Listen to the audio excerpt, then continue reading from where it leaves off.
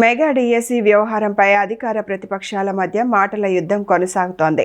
గుంటూరులో ఎమ్మెల్సీ ఆళ్లపాటి రాజా వైసీపీ ఆరోపణలను ఖండిస్తూ డిఎస్సి నియామకాలు పారదర్శకంగా జరిగాయని అన్నారు.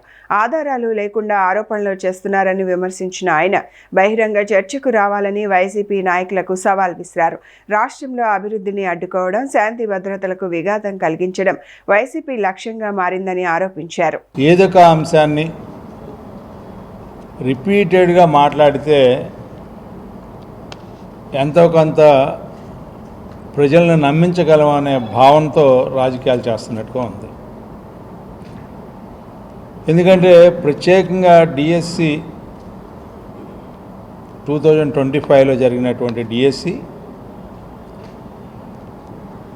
జాప్యం లేకుండా కేవలం 145 రోజుల్లో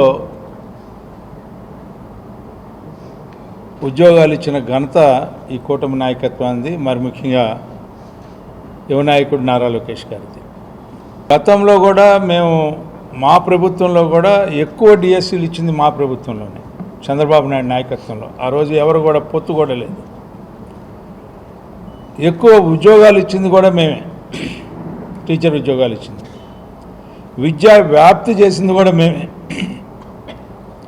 2 కిలోమీటర్లకి ఒక ప్రాథమిక పాఠశాల, ప్రతి 3 కిలోమీటర్లకి ఒక ప్రాథమిక ఉన్నత పాఠశాల, ప్రతి 5 కిలోమీటర్లకి ఒక జిల్లా పరిషత్తు,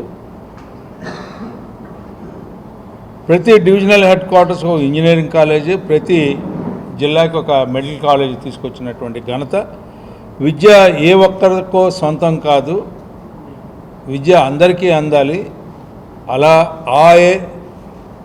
ఆలోచనతో విద్యని వ్యాప్తి చేసినటువంటి ఘనత చంద్రబాబు నాయుడు గారు. మీలాగా విద్యని రాజకీయం చేయాల, మీరైనా చదువుకున్నది మేము చదువుకోకూడదా అని చెప్పి సెంటిమెంట్స్ అద్ది రాజకీయ లబ్ధి పొందడానికి ఏనాడు కూడా గతంలో 15 ఏళ్ళు ముఖ్యమంత్రిగా ఉన్న చంద్రబాబు నాయుడు గారు కానీ, లేకపోతే ఈ 2 సంవత్సరాల్లో కూటమి నాయకత్వం చంద్రబాబు నాయుడు గారు కానీ, లేకపోతే పవన్ కళ్యాణ్ గారు కానీ, నారా లోకేష్ గారు కానీ ప్రయత్నించాల.